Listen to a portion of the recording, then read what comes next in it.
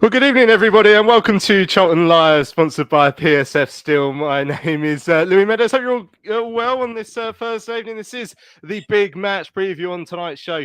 We will, of course, be looking back at yet another win for the Addicts. 1-0 victory away at Crawley that sees us climb up into fourth in the League One table. And we'll look ahead to Saturday's home game with Wigan Athletic. Joining me to do just that, first up, top right, Sue Gallup. How you doing, Sue?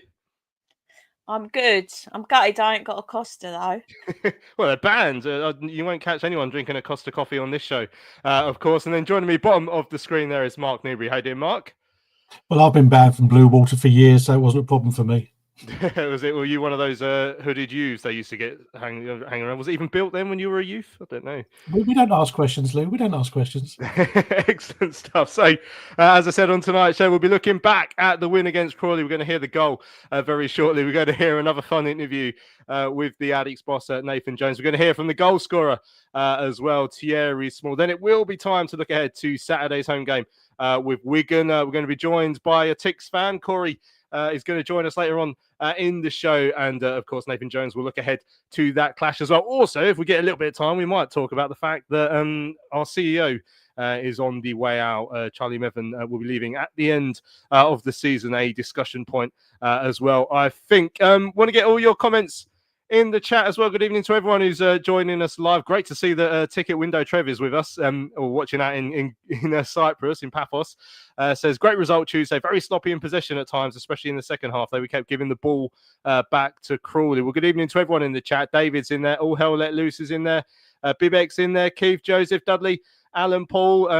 Let us know your thoughts on Tuesday's win. Let us know your thoughts on the battle for the top two, because we are now officially in that race. I've decided. I told Richard Corley at full time that I'm becoming a top two believer. I genuinely think we can do it now. I just think we've shown so much over the last few months, and Tuesday's battling display I just think there's nothing this side can't do at this moment, because they are putting everything on the line for the badge. The badge, which, as people have pointed out, I now have on my yellow shirt, which is great to see. Right, before we go into hearing the goals, Sue, I mean, just briefly sum up your thoughts on Tuesday's match. It was 1-0, you know. If anyone was expecting an easy game, and deep down I was very wrong. I thought Crawley gave us a tough game, but we did what we had to do. Yeah, it was a bit of a rough 1 minute. But again, like you've just said, we did what we had to do. 1-0 win. Like, the 3 points is the most important thing at the end of the day. However it happens, however the goals go in, it's just buzzing to get another win. Like, just building that momentum, and it was great to be there. Like, so much fun. It wasn't a pretty game, but we still won, and that's all that matters. And that's all that matters between now and the end of the season. Let's have a listen back to the goal from Charlton TV. Brownie was alongside the birthday boy, Greg Stubley. To get space to venture forward for the Addicts. Looks short for Lieben, who's just looking away. Jones has done superbly well to win the ball back, though, for the Addicts. On the left-hand side is Gillespie. Gillespie low cross towards Gilbert. It misses him, comes to Thierry Small with controls. Thierry Small, right-hand side, will finish for Charlton. The ball towards the far post, deflected its way to Small, who just needed half a yard of space. His right-footed shot was too powerful for Wallacott. And after 36 and a half minutes, Charlton take the lead. Yeah, and the important bit of this is Jones' reaction on the misplaced pass that got intercepted. He could have easily, as a centre-half, backed off and tried to go back into his defensive position. He didn't. He stayed on the front foot, nicked the ball off his opponent, and that has led to the opportunity. I think Wallacott will be disappointed that's beaten him at the near post, but what do we care? Thierry Small in a position that we've been asking him to take up when crosses come in from the far side, and he comes in late, one touch on the outside, thundered the ball towards the Crawley goal, and somehow it beats Wallacott and into the back of net and Charlton lead. I didn't think they were going to be able to keep us out. It's all about Crawley's reaction now. Well, there we go. That's the goal from Charlton TV during the week. Thierry Small with it. It's a 1-0 win for the Addicts, Mark. I mean, what was the most important part of that display? It probably wasn't, obviously the goal was the bit that won it for us. But in that second half, the way that our defence put their bodies on the line, winning headers all game. I mean, Lloyd Jones was an absolute joke, like ridiculous. Macaulay Gillespie, very, very good. Kane Ramsey did what he had to do. Goalkeeper, when he had to take crosses, did what he had to do. I don't have a bad word about that defensive display on Tuesday evening, and it's that sort of battling spirit that has really, really got me believing that we can make a charge towards that top two. It's going to be tough, but there's some battlers in that side, and I think displays like what we saw on Tuesday coming towards the end of the season is what we're going to need. It's weird. I've watched us, for over 40 years, and normally, for any Charlton fan will tell you, you never generally feel comfortable, but I had a sense of calmness when I was watching the game, because it seems like if one of our defenders misses, someone's straight there behind them to mop up. Someone's across. We're very athletic across the back, and in Ramsey and Small on that side, we're covering, like you say, Lloyd.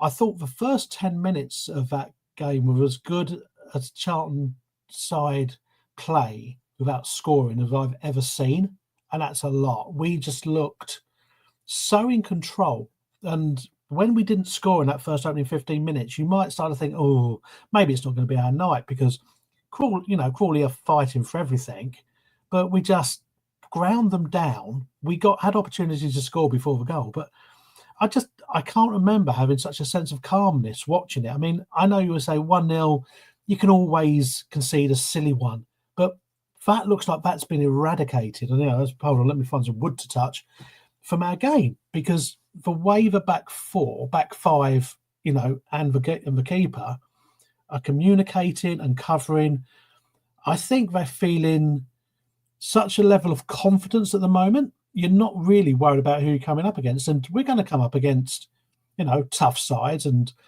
it's a tough way. And if you leave Small one-on-one with anybody, he'll destroy them. So they didn't try to double up on him, which gave a lot of ability down that way. Gilbert coming in for his first start, he was obviously wanting to get a goal, had a couple of good cracks, but it's just a sense of calmness from watching. And I honestly can't remember feeling as calm watching a match than I did sort of like Tuesday night, because even when sort of like they came forward, I wasn't thinking, oh, it's, which way is it going to go? It's just a case of, right, there's a head on the ball, there's a yellow head on the ball. And we defended as a team. Leeburn dropped back, Godden dropped back, TC dropped back. I think we could have had more opportunities with our last ball to, score a few more goals. But it was, I would say, a comfortable 1-0 as you could possibly ask for. It's interesting you say that, Mark, because the way the game panned out, Sue, it was similar to the Orient game in that it didn't feel like a lot of the games we've had this season. I think they had a lot of running in midfield, which we weren't used to. I think Nathan points out in his interview, but also, I was working with Paul Mortimer, and he mentioned how quite often, like, I think like Pan Kamara, who was a nuisance, actually sat quite high up the pitch when we were attacking. So when the ball came loose, they immediately had an outball, and they always had a chance to push us up the pitch. So the game felt a little bit more open than perhaps I'm used to seeing, and I thought the same thing at Orient. Like, I felt a little bit more open than we have been at times this season. But then, as Mark said, when they then get to the edge of the penalty area, yeah, they've hit a few poor shots. To be fair, there was one in the first half. I think it was Swan when he was through sort of on an angle and hit a really crap shot, really, which is unusual to see at this level. But overall, if the ball did come in the box, like, we dealt with it, and that was like, that's why I enjoyed, for want of a better term, because it was a little bit nerve-wracking because of the way the game panned out, but I enjoyed watching the defensive display, because when we had to, someone was there. And I'm talking Lloyd Jones, as is everyone, but Miles Leeburn headed away a few corners. Karoy Anderson,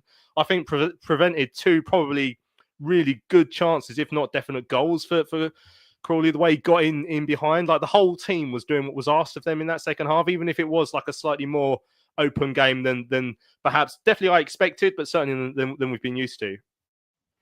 Yeah, I think when just during the game, I must admit, because normally I'm the one I'm the chill one, but I think it's always a little bit nervy when it's such a small margin in terms of the lead.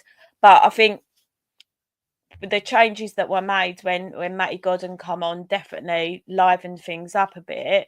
I think we were struggling with our forward play a bit, and I like you saying, I think we looked a little bit lost in the midfield, and I don't know whether that's because Doc wasn't around making those changes. I can see why some of them had to be made, but in other respects, I was a bit disappointed that Matty Godden didn't start. Although Miles was contributing to the defensive display, I feel like we didn't look as on it up front. So, but again, that's down to how they were playing against us. Like it was very much a middle of the pitch match in my mind. Like there wasn't a lot of opportunities necessarily that I remember that were clear. But yeah, it was a strange game in that respect. And like you're saying, we haven't had many games like that this season. We did look comfortable, but I think that was because of the defensive display. But I still had those odd little nerves because you just never know when it is that finer margin with a lead. So yeah, but agree with everyone else. Lloydie, absolute ledge. He's going to be a Charlton legend for years to come, I'm sure. Yeah, I mean, a lot of people already shouting that Lloyd's got to be the player of the year at this moment in time. Jason's in the chat saying that there's plenty more. John was saying that he was absolutely amazing. I mean, he played his part in the goal as well, Mark. He tried to bring the ball out from defence, played the ball forward, lost it, but actually won it back. Got it left to, I think it was Gillespie, sent in a cross for Gilberto, who, with all due respect to him, is I've seen a couple of people trying to claim it was a clever little flick, but he's just missed the ball. But it's fell to Thierry, and he had a lot to do still. So this was part of it. Like chances, like in and around the box was happening quite well, but they were putting bodies in the way. We had 39 touches in the box when they only had 18, so we were in and around it. But we still had to try and get one of those chances to finish. And this was about 10 minutes before half time. You're getting into that stage where you're like, we've had a lot of the ball yet, but we ain't actually found that breakthrough. So he came at a good time. It just settled the nerves a little bit. And it's a good finish. I think Jojo Wallacott, obviously our former keeper, might feel we might have done a bit better at it. When you watch the shot, Thierry's hit it so hard into his chest that it's knocked him backwards a little bit and he's diverted it in. But, you know, most goalkeepers you'd expect maybe to do better. But Thierry, there wasn't much more he could do from that angle. Just hit it as hard as you can on your right foot and gets his goal that he's been after. Yeah, it was funny because I think maybe one of the tech guys could time it from when Lloyd picked the ball up and drives from his own half. Like I say, he loses it to the actual gaining it back and the goal. I mean, because it can't be more than about 6 seconds from start to finish for that goal. Yeah, hard, low keeper. I think you would expect your keeper to get his whole body behind it, but Wallacott's not the biggest of keepers. And like I say, once you leave Thierry one-on-one with somebody, and as he'd said, you know, your players interview said that's what he's been practicing, you know, down on the training field. And he's thinking that's what you like to hear. So it's something we're actually trying week in, week out. Yeah, Gilbert swung a leg at it and it's landed nicely. But I'm fully confident if, you know, we hadn't scored then, we would have scored. I don't look at it like, we're not sure. I'd have probably gone with Godden as well. I like his movement and like his pace. And I know Lieburn does a lot of defensive work as well, but so does Godden. And I think sometimes, and you could see when him and Hiltz came on at the end, the S-housery, which was going on with them, was quite fun to see at the last bit. But why not bring Alex Mitchell on as well, because he wants to get a taste of that. So it's, as we've said, it's not just about the 11 out there, it's about the bench as well. And maybe Nathan's thinking, right, you know, with Godden's energy, if a defence is tiring, he will run at people for the last 15, 20 minutes, where Miles probably won't do that. Is why we use Chucks, because he'd run at people. So maybe he's thinking, right, let's change it around a bit. The only thing I thought, if I was being picky, I thought Lieburn and TC were just too far apart. And I'd like to see our front two just a little closer to each other, because if he's getting knocks or he's holding it up and running off, they need to have that closeness. I think sometimes they're just drifting a little too far apart, but that's being probably ultra picky, and it seems hard to be harsh, it's not being harsh, but it's hard to sort of like pick at things when we're on the run we're on and we're getting the wins we are. But it's things like you're thinking, could we do better? Could we have won that game 3-0? Yes, we could have done. So I'm not sort of like upset that we only won 1-0, but you think to yourself, maybe that's something they do pick up on the in coaching. So. I mean, Isaac saying in the chat, last 2 games haven't been easy, but do think we've looked like we've lacked a bit of a threat in those 2 games. I mean, so away at Stockport, we had a couple of chances early on, and that Gillespie one late on, but I do think there were probably large spells in that game where we struggled to create a little bit. But I mean, at Crawley, it was 5 shots on target. We had that TC one that went across the face. We had that one where it was pulled back to Leeburn after Ramsey played TC in. There were moments. They were sort of more sporadic. There wasn't really a massive spell where we were in total control and pummeling the goal, other than maybe that sort of spell in that first half where we were getting in and around the area, but without quite creating those clear-cut chances. I mean, yeah, and then if you go back to even the Barnsley game was a 1-0, but that second half should have been 2, should have been 3. So I'm not going to get too concerned at this stage of the season if we're ironing out wins 1-0, like grinding them out, because I said on Tuesday on our comms, like, I'll think back at the team that absolutely steamrolled League One under Chris Powell, and we had to scrape past Leyton Orient with a 1-0. I think we beat Walsall 1-0 at home in the closing stage of that season. When you get to this part of the season, it's all about getting over the line, and that's what we're finding ourselves trying to do. Yeah, Paul says at 1-0 it could be nervy, but anything can happen. But like I said, we've already spoken about what the defence did. Ethan's asking about the front 2. He says it feels like Godden is so much more involved than Lee Burns. So, I mean, what did you make of Miles on Tuesday then, Sue? So, like I said, he had that chance that was well saved. He did win headers at the back. I think I've seen a bit of chat on the forums and online saying they don't think he wins his headers. But if you look statistically, his heading isn't that bad. You might pick up when he's not won a couple, and then particularly on Saturday where he was up against an absolute monster of a centre half. He still won second most amount of aerial duels on the pitch on Tuesday and Saturday to Lloyd Jones, which isn't exactly a bad return. But I mean, it's a nice problem to have, the Godden Leeburn debate, I think.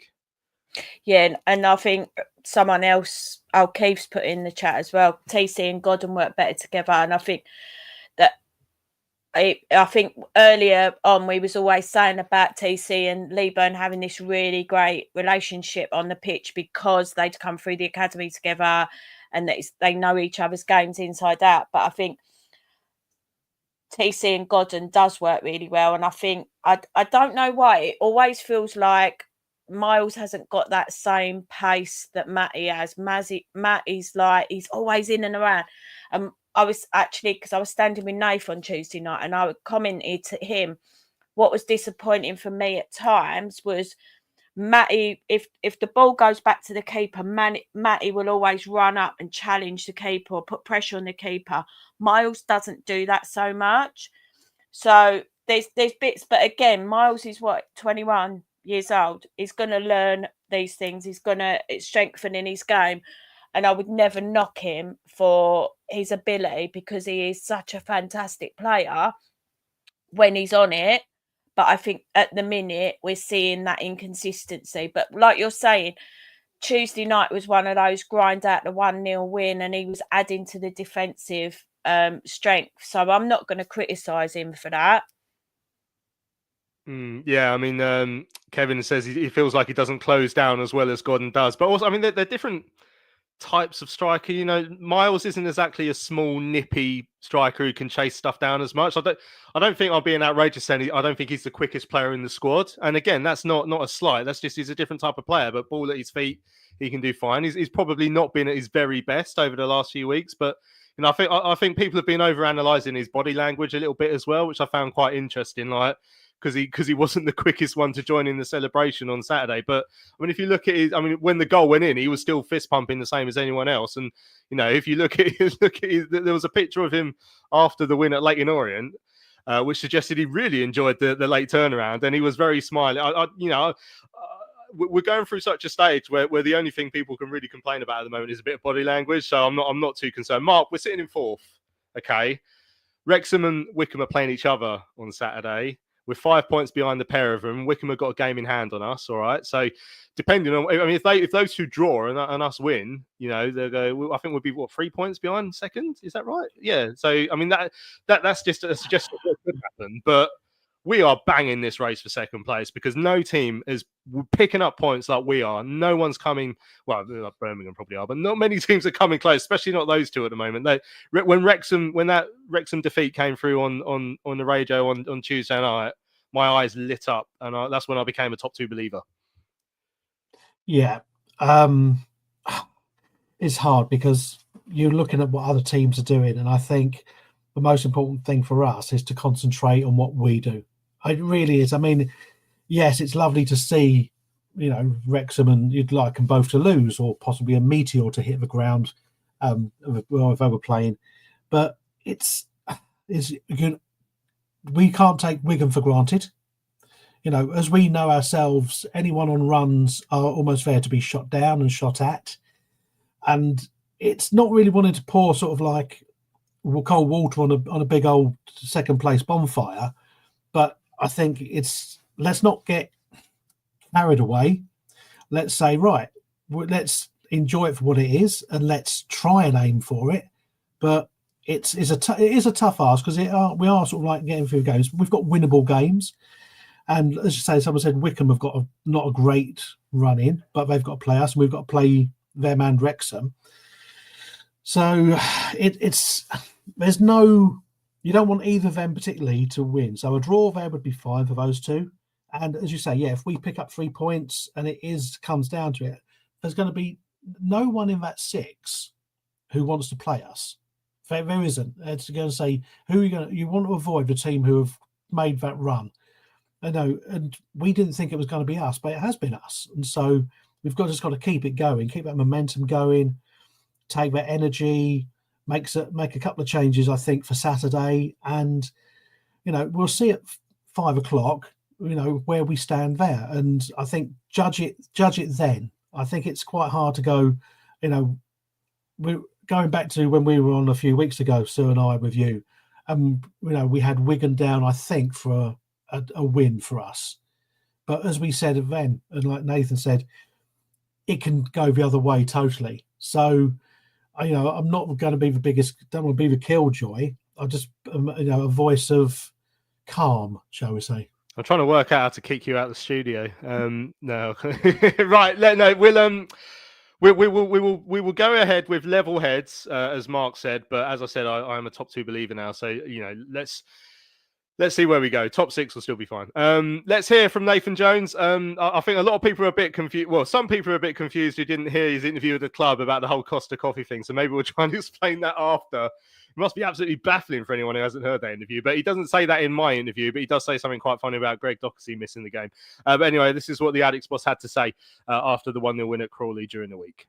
Congratulations, another victory and up to 4th. How did you see that tonight?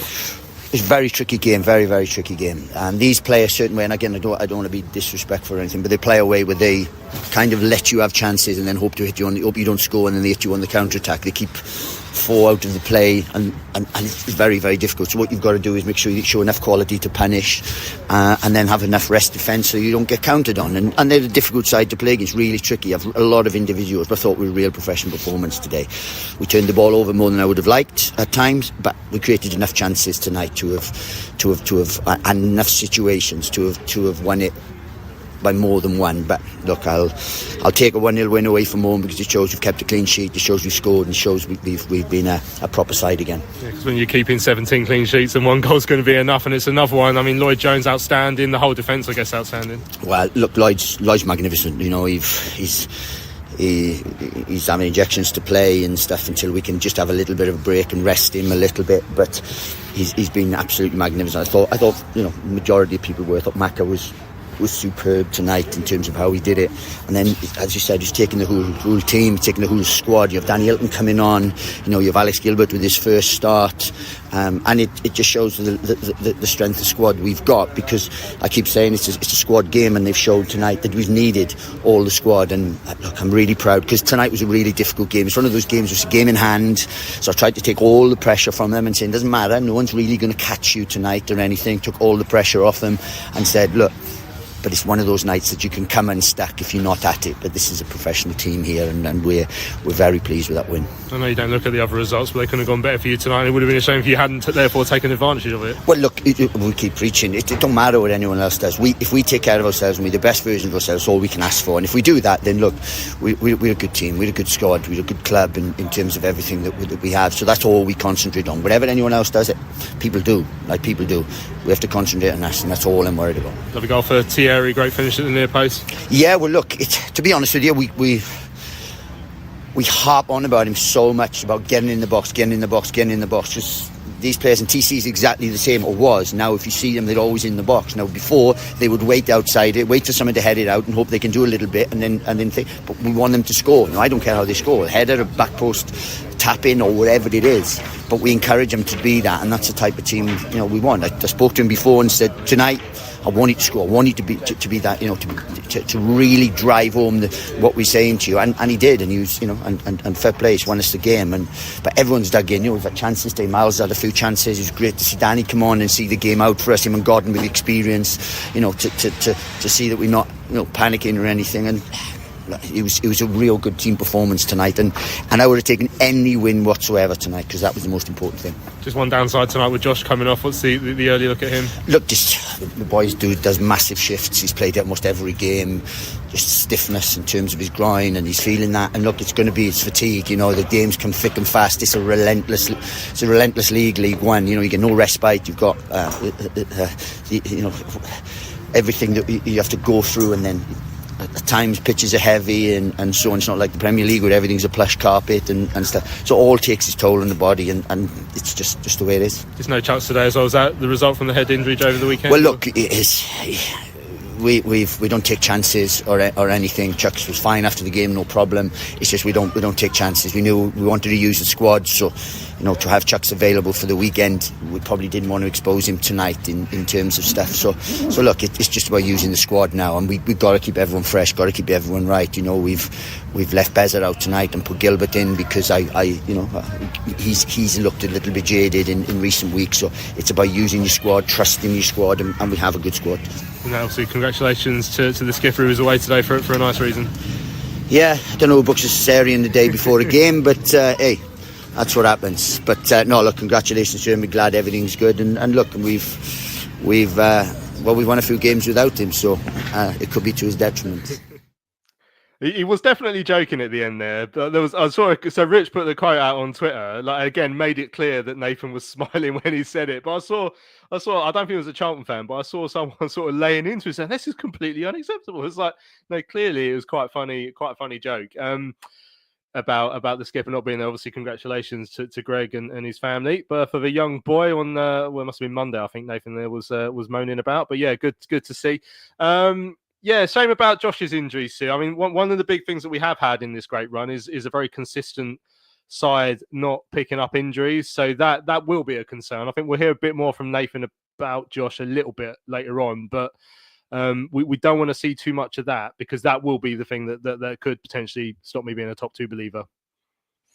Yeah, I think like he's just said in his interview, you've got to manage the minutes with the players. It is a long old season, and because we've had the joy that we've not had for such a long time of a consistent starting 11, I think now some of the older lads are probably feeling it a little bit, even with the younger ones, like you're saying, TC, looking a little bit tired, and that's the art of being a good manager, is being able to manage those minutes and the time that the players can manage on the pitch and still be effective.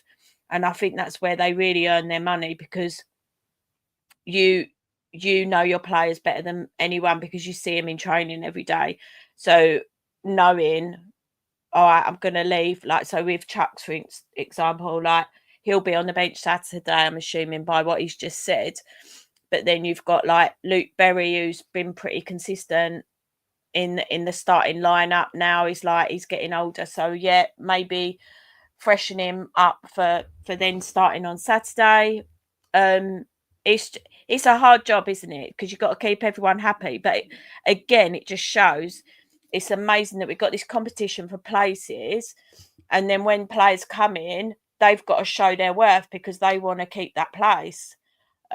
So I'm loving it. I'm absolutely loving it, and I think how he's managing those minutes within that squad is at the moment is spot on. Yeah, I mean, a lot of people as well pointing out. So Peterborough, I think, is next weekend currently due to be, but I think if there's a way for us to get that off, I think we'd be tempted to. Certainly, I mean, if we're losing key players through internationals, I think we will take that up as well. Because maybe a break would be useful. I mean, certainly if we've lost on O'Connor, I don't think he's involved in the squad at the moment, Connor Coventry, but you never know if he's on a reserve list or these sort of things. That's the sort of decision that we'll need to be made. I think if that decision is there for us, if we get the opportunity to ask, I imagine we will ask that question. Can we have it off, please? But also, then do we sort of get too busy in the end of the season? It's a difficult one, but I think a break could be useful. Yeah, Stephen saying hopefully it'll be off and get us fresh for the Huddersfield game. Right.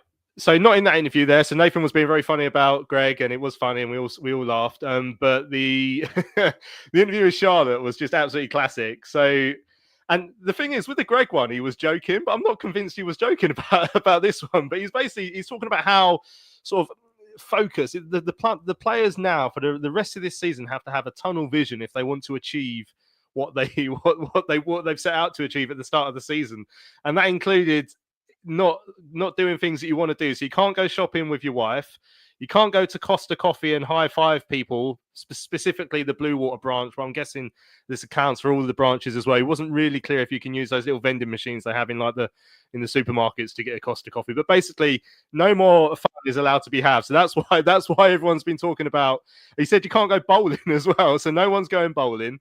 No one's high-fiving anyone. No one's going to Blue Water. No one's having any Costa Coffee, Mark. I mean, you're a man who's made a lot of sacrifices to keep yourself in peak physical fitness. But is that a step too far for you? No more Costa Coffee? I haven't been in great shape. This week's shape happens to be a space hopper. Look, I understand where he's coming from in a way. It's like he's banned from having sex all year apart from September. So if you do have a baby, it's going to be in June when there's no football. So that's okay. But there is a bit where these are adults we're talking about, and if they've got a day off and they need to do something, it's very hard for any man to say to his wife, "Well, I've just got to sit on the sofa. Sorry, my boss told me." I mean, I'm sure if you said that to your Amy, that you can't look after Amy and do the vacuuming, whatever, you've been told you just got to sit on the sofa, that would last about 10 seconds before you're then pushing the Hoover about and doing everything. So I think you've got to trust people to be adults. I mean, I can understand bowling. I've injured myself bowling, so I can understand that. But it does seem extreme. But I understand Jones's focus. He says if everyone's focused, which they seem they are, I think if anyone wasn't, we'd soon know about it because we just wouldn't see them anywhere near the team or the squad. What he's got there now is a squad of 15, 20 players who believe in him, believe in his method, and believe in what they're doing. And you've just got to trust them, really. So, I mean, it would be interesting if he did have anyone spotting for him down in Blue Water on the day off. But I don't think it's going to be that harsh. I know. It's Gav from Mod Mag was down there last night, high fiving someone as well. So he said he was going to try and take one for the team by doing that. But I'm blaming him if we don't go up. Spamfish says no high fiving your friends at Blue Water. What planet is he on? I mean, Nathan is quite fun when he gets going, isn't he? He's got a million things in his head at once that he wants to say. But I understood the message he was sending, which is one of you've really got to sort of be focused. Yeah, Ethan says no wonder Leeburn was too worried to celebrate. He's not even allowed a Costa Coffee. Yeah, maybe that's maybe celebrating his band at the moment. Right, let's hear from a man who did celebrate a goal. The goal he scored on Saturday, Thierry Small on Tuesday, I should say. Thierry Small, the match winner for the Addicts. This is what he had to say after the game over at Crawley. Congratulations. That feels like a really big 1-0 win here. Yeah, no, it is. You know, we knew from getting the point at Stockport, we needed to, you know, get 3 points today to make it a good point, and that's what we did. So credit to the lads, and it was a great shift. Yeah, there's a battle out there, as they are. I guess they're all going to be at this stage of the season. You know, defensively, as a unit, you stood up another clean sheet. Yeah, no, 100%. You know, Crawley are in a position where, you know, they're trying to stay up in the league, so it was never going to be easy coming here. So, you know, we done well to nullify their threats in terms of, because they left a lot of men up the pitch. So, you know, we done well to deal with the madness, I'd like to say, and you know, it was a good 3 points. Yeah, talk us through your goal, your second of the season. Yeah, no, it was a good goal. I just thought get anything on it, and it had a chance, you know, with enough power, which I'm grateful that it hit the back of the net, and hopefully more to come. So, yeah, is that something you've been wanting to add more? Obviously, a game. Obviously, got the one against Shrewsbury a few weeks ago as well. Yeah, 100%. It's something that I work on repetitively in training, if I'm being honest with you. Just trying to work on my end product and try and contribute with more goals, more assists to help the team win. Yeah, Nathan was saying it's sort of encouraging you to get in the penalty box more. Is that something you have to learn as that role as you sort of grow in your career? Yeah, no, 100%. The gaffer wants me to make the box more, because obviously it gives us a better chance of scoring, and then if I'm there, then anything can happen. There's a lot of pressure on tonight's game because it was your game in hand. I mean, did you feel that coming into this is a big opportunity? Yeah, we all understood that it was a big opportunity, but you know, we're a team that thrives under pressure. You know, every game up until the end of the season is a pressurised game, so you know, we've got to find a way to make 3 points, and that's what we did today, which is the most important thing. Up to fourth now, but the form that the side have been on since Christmas and just before, I mean, you must be looking even further up that table, maybe at the top two. You know, we're not really looking at the table, if I'm being honest with you, in terms of things. We're just trying to keep humble, keep our heads down, and then whatever will happen at the end of the season happens. But we're trying to get promoted, and whether that comes top two or playoffs, we're trying to do either way. And the defensive display, as I said, as a unit was impressive. I'm going to pick out a couple of your teammates, like the likes of Lloyd and Kane and Gillespie, the central defenders, so much they had to win in the air tonight. But they seem to be answering all those questions that were asked of them, and they have done for a while. Yeah, 100%. You know, we've got great centre-backs. You know, the win all the headers. They're hard to beat, they're solid, and it's another example of it today. You know, we needed them, and they turned up, and they've been doing it week in, week out. And then let's see if they can keep it up for the whole season, which I believe they will. Yeah, and like I say, it's another tough game against Wigan on Saturday. They keep coming. It is relentless at this moment in time. Are you sort of happy that these games come thick and fast to keep the momentum, or could you do with a break? No, to be fair, I like it. I actually prefer when it's Saturday, Tuesday, because you know you can keep the momentum going. So that's what we're going to be trying to do. Cheers. Thank you. Did anyone give you the results? Who's the first one to give the results as you come in the dressing room? To be fair, I was just hearing it around the dressing room about the results. I think the Bolton lost, didn't they? Yeah. And Wrexham lost. So yeah. You know, it went our way today. So we just got to try and keep it up. Yeah, the momentum's there, isn't it? I mean, the confidence must be sky high. Is that fair to say? Yeah, the confidence is high. You know, we trust ourselves as players. You know, we know we're good players. We know we're a good team, and you know we've got a good manager helping us. So, you know, we've got to try every game to try and, as I said, get 3 points. Every game's a cup final. There you go. That's myself and the big dog Richard Crawley speaking to Thierry Small on Tuesday evening. Yeah, a couple of people asking about the contracts. I mean, we didn't even bother asking this time. Anyone who's heard our last couple of interviews with Thierry knows that the line is, it's with my agent. You're not going to get much more out of him at this moment in time. So really, you're not, you know, until it's signed, it's not signed. And when it's not signed, then he's got options at the end of the season. Unfortunately, that's the situation we find ourselves in. Hopefully he will sign. I think he needs another year with us minimum to continue this progression. I think he's got a coach in Nathan Jones who will get the very best out of him and give him the best opportunity for the rest of his career. But he's a footballer with a short career. There may be a better deal elsewhere on paper. Who knows what's going to happen? I really hope we can keep him there. Michael's saying, what's Richard Crawley doing in an away game? I can assure you that was much closer to his house than any home game that Charlton have, because he lives down in that old creepy Crawley lives down in Crawley, or near Crawley. He used to cover Crawley as well, which I imagine they had a lot of fun with his surname when he was working there. Excellent. Right. I think just before we turn our attention to Wigan, just touch on it very briefly. The CEO is leaving. Charlie Miffin leaving at the end of the season. Sounds like he's got something lined up at the Jamaican club that we're linked with. Mark, since big Gavin Carter has come in, 2 of the SMT are leaving. There's rumours about a third. You know, is an Ubram sweeping out the old stuff. You know, what have you made of the job that Charlie did with us? What's your views on the fact that we will no longer have Charlie Mevin at the end of the season? do you know what? I really don't care one way or the other, if I'm honest, because he's not like some of the chancellors we've had involved with the club. He's had a certain reputation from his Sunderland time and coming to us. But to be quite honest, look where we are now. Look at the gaffer we've got and things in place. If they're saying he doesn't need to be here and he can take an opportunity, take it. I don't feel as strongly about him going one way or the other. I know there's some people all the time are looking for something behind it. There probably isn't. If he wants to go and work out in Jamaica, well, why not? Get a bit of sunshine and do that. So I don't really mind / care. It doesn't affect me, or I don't think it affects us as a club, to be quite honest. I don't think he'd have walked out and left us floundering unless there was something in place once he's gone. Yeah, James says he thinks that Carter has his chainsaw out. I mean, like I said, since Gav's come in, I think it's quite interesting the way that football works, and I've been very consistent in saying this. For the majority of fans, the club is as stable off the pitch as your last three months worth of results on the pitch. So people care more about the results, and they're seeing we're winning. They're assuming everything's going well behind the scenes. But when Gavin was first brought into this new role, it was almost, the way I saw it was to act as almost like the conduit between the ownership and the SMT. And since that's happened, half the SMT is already gone. So I wonder, maybe Gavin's working behind the scenes and thinks there's stuff that needs to change and things need to be better. It wasn't working out. Charlie is been and gone now. It sounds like he's got a nice job lined up.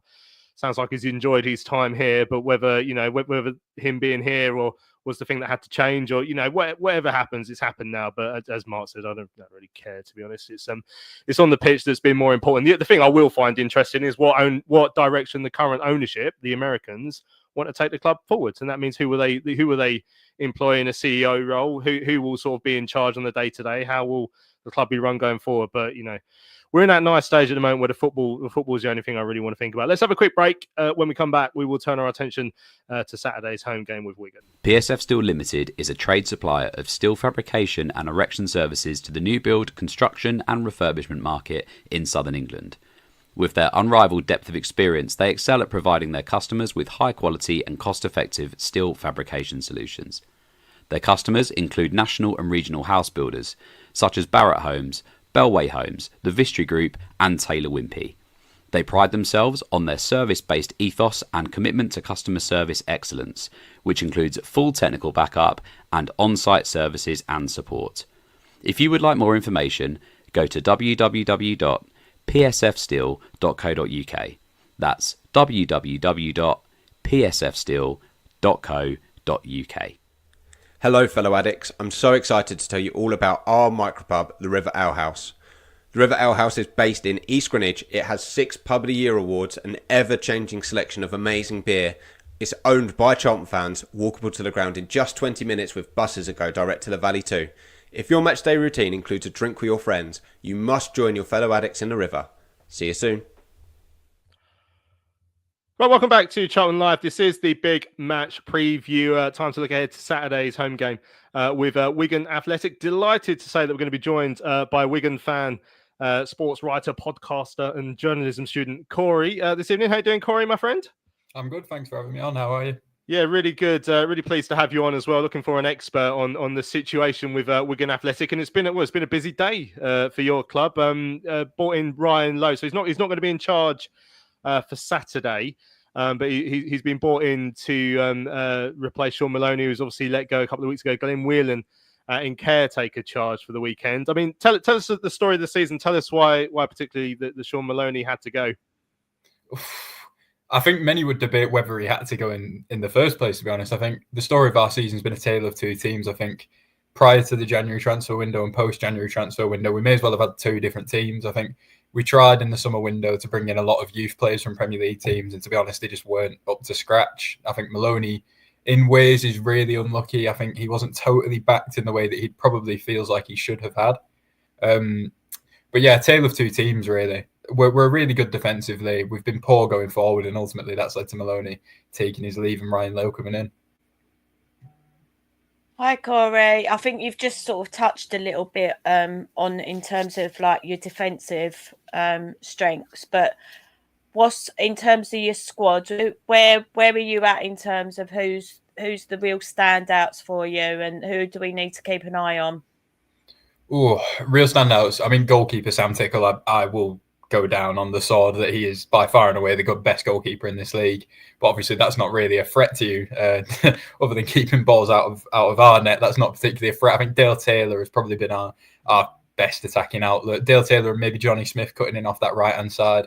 But consistently this season, Dale Taylor, loads of goals, loads of assists. Pretty much most of anything that we've created has come through him up front. But obviously, at the moment, with Will Goodwin out injured, he is having to run himself into the ground. So the last couple of performances from him have been slightly lackluster compared to normal due to just fitness, really. He's having to play 90s every game, pretty much. I mean, I would say it's probably a bit unfair, but you've got Mr. Tickle in goal because his arms are massive.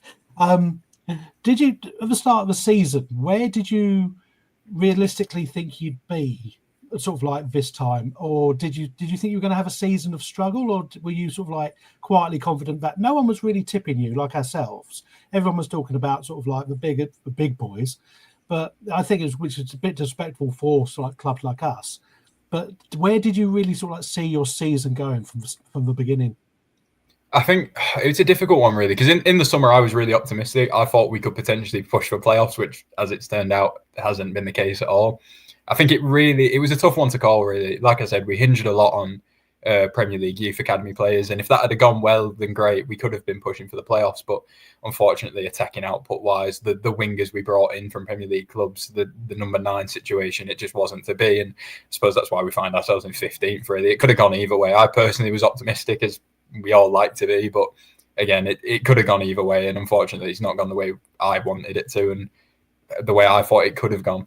And then just I'll look ahead to Saturday in a sec, but just on Ryan Lowe, then weirdly he was at our game on the first day of the season against you guys. I remember seeing him walk past behind us when he was still Preston manager at that point and got sacked the day after, but he's obviously played the long game in preparation for sitting in the stands for his first game as manager, because he was sat in the stands at that one as well. But are you pleased with that? He's had some success with was it Plymouth? He was quite good at, wasn't it?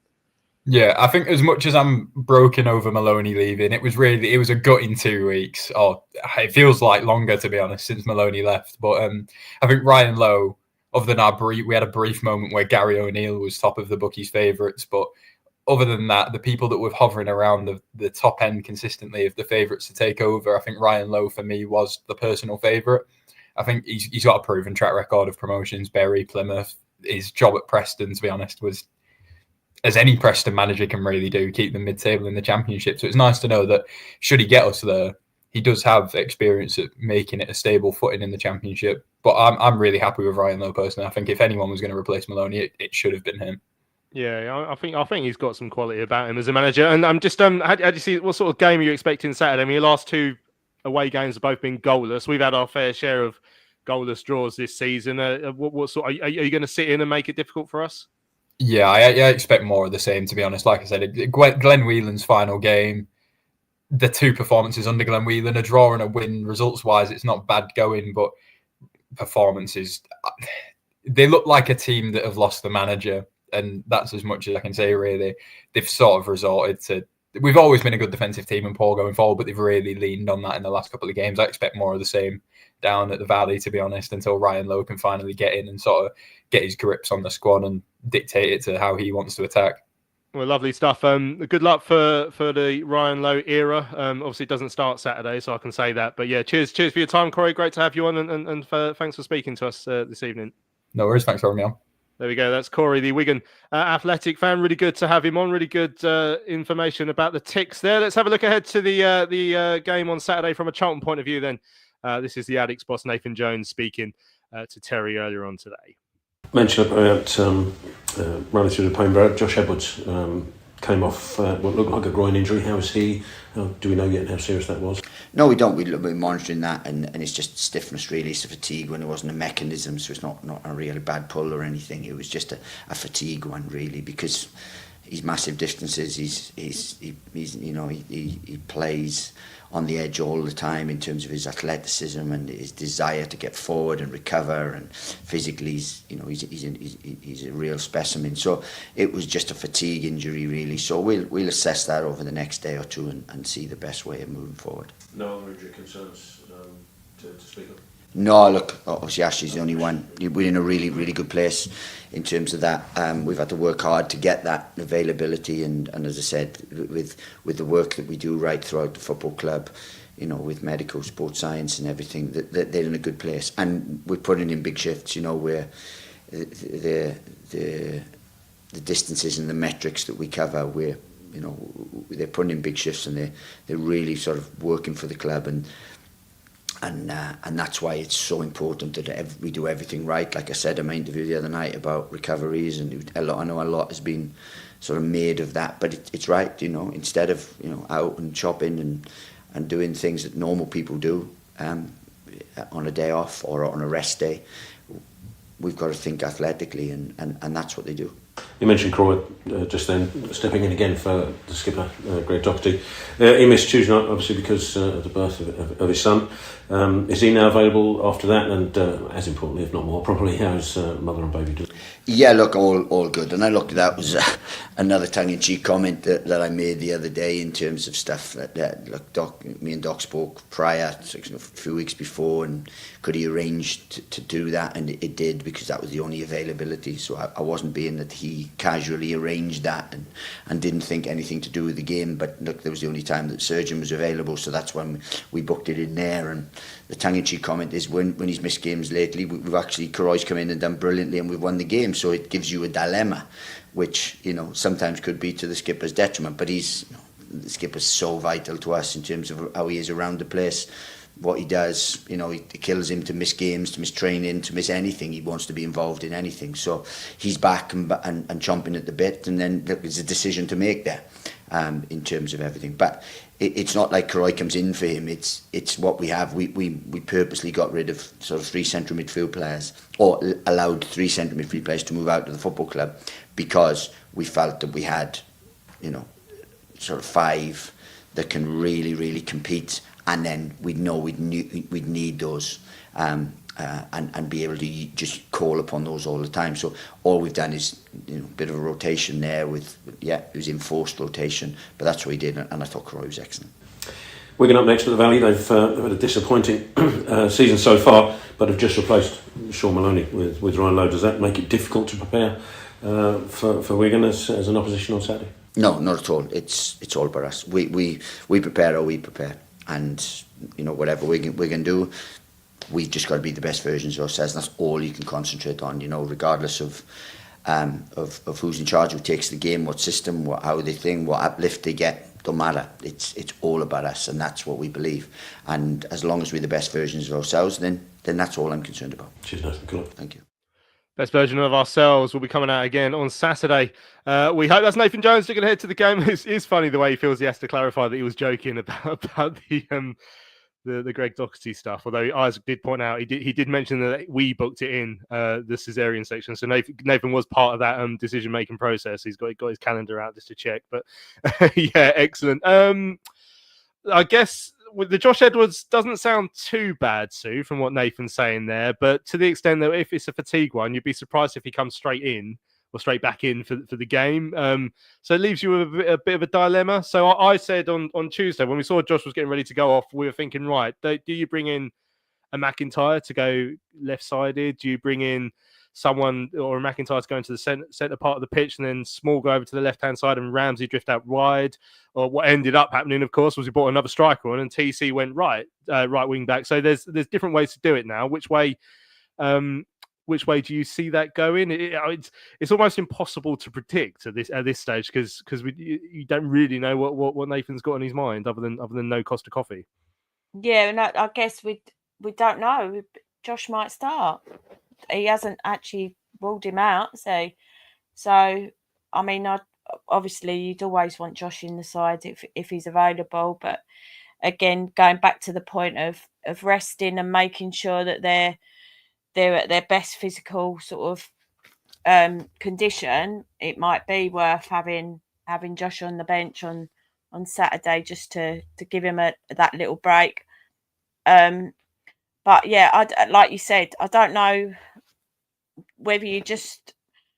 I wouldn't do what we did Tuesday and bring on another striker and then move TC, because I think you lose the impact of TC's abilities then. But I think I don't know. I'm just trying to think who else we've got that can play in that position. You can't. Alex Mitchell is the wrong side, isn't he? So yeah, I don't know.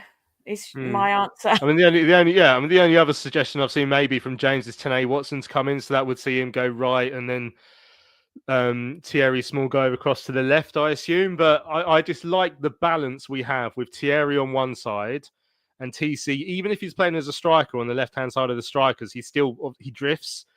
Whereas, you know, maybe I think if they were both on the same side, I think we'd look a bit lopsided again. So different horses for courses there. And it's, again, we say it a million times, thank God we're not the ones being paid to make that decision, because it's not an easy decision. I mean, I've just looked at a couple of emails as well, actually, JB just saying the outcome from the next 10 games would depend mostly on the strength in depth that each club has. And I think that's a really fair point. And that's where we will see, if we do have to make a decision Saturday, in terms of Josh, we'll see that, and we'll see if we do have that depth to continue going. You know, he's saying he thinks Wickham don't have the reserve numbers like we have. He says Wrexham beginning to wilt, which is interesting. He says if Charlton can maintain the level of determination, then we've got a good chance of second place as well. Connor's looking ahead to the game as well. He says the turnaround's been quite something. He's just saying he wants to shout out Connor Coventry as well. He thinks he goes under the radar. Also talking about, you know, how good that Nathan Jones has done of a job over the last few months as well. McSquared saying that Lloyd Jones has been absolutely phenomenal. We're going to have to start calling him Stones after that performance during the week. He says, is anyone else saying how toned our squad look nowadays? Whoever been in charge of the fitness regime needs to be applauded. Clearly a lot of hard work's been put in, and we'll see that in this final 10 games. That will play a big part. Mark, they've been very good defensively, Wigan. You know, people have suggested maybe our goals have dried up a little bit. Yeah, I mean, over the last few, it's been sort of ones and nils and ones again, which is fair. But over the course of the last 10 games, we've been okay in front of goal. I think, is it going to be a game where we're going to have to be very patient on Saturday? Yeah, I think that'll be the key to everything. I think the expectation is we're just going to come flying out, score, 12 goals in the first 10 minutes, and that'll be our happy days. But like Corey was saying, they've actually probably been quite good, Wigan. I think for me, I'd go Doherty straight back in alongside Berry and Coventry in midfield, Godden up front with TC, and because that has worked for us, we've shown it's worked for us. And then you do have a bench then behind you. This is going on whether Edwards is fit. I know I'd probably put McIntyre out on that side and try and keep the right side as is with Ramsey and Small there. I don't want to be sort of like moving like pieces all over the board. So if you just have to have a 1-for-1, put McIntyre in. But patience will be the key. But again, you just got to take it as it comes, because are they going to be showing off for their new manager? Will you get the new manager bounce with him up in the stands? Possibly not, but you just can't tell with games nowadays. This could be a banana skin for us. Again, people are going to have a go at me for being a bit like, I'm not down, I don't want it, I want us to win, but I want us to have a sense of perspective on the game. So say, well, if it is another 1-0, it's another 1-0. I'll take that. I will take 10 1-0s between now and the end of the season. I'd even take 9 1-0s and a 0-0 if that's what we need to get, because I think it's possible. So I mean, it's six wins on the spin at home. Was it 8 out of 9 we've won? 9 undefeated, obviously, since Crawley at home in December. Remarkable run. We haven't conceded a goal in open play at home. That's going to happen at some point between now and the end of the season. Let's not get carried away, but this is where we are at our best. I love what Charlotte said in her interview with Nath after the last home game. We've been playing with an authority at home, and that doesn't necessarily mean wiping teams off the face of the planet. That means beating them and doing it with the confidence to know that we probably won't concede a goal, or we'll keep it very tight at the back. Just got to do it. Just got to do it a few more times. 5 more home games. Let's get If we win 3 and draw 1, our home record this season would have been phenomenal.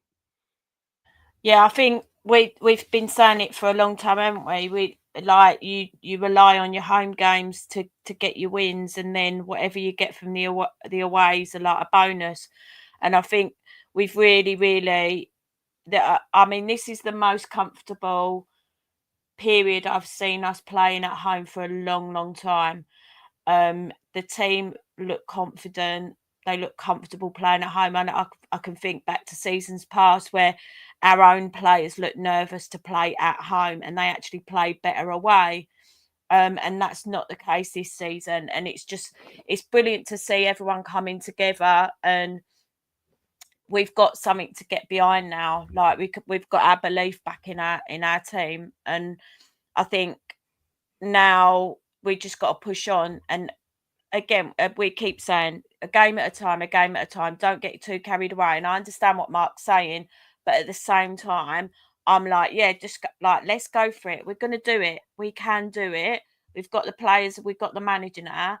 We can do this. We can get second. And we just got to have that belief within the fan base to then pass that on to the players. Because, yeah, they need us. And I've said this before, but they do need us. And it does matter.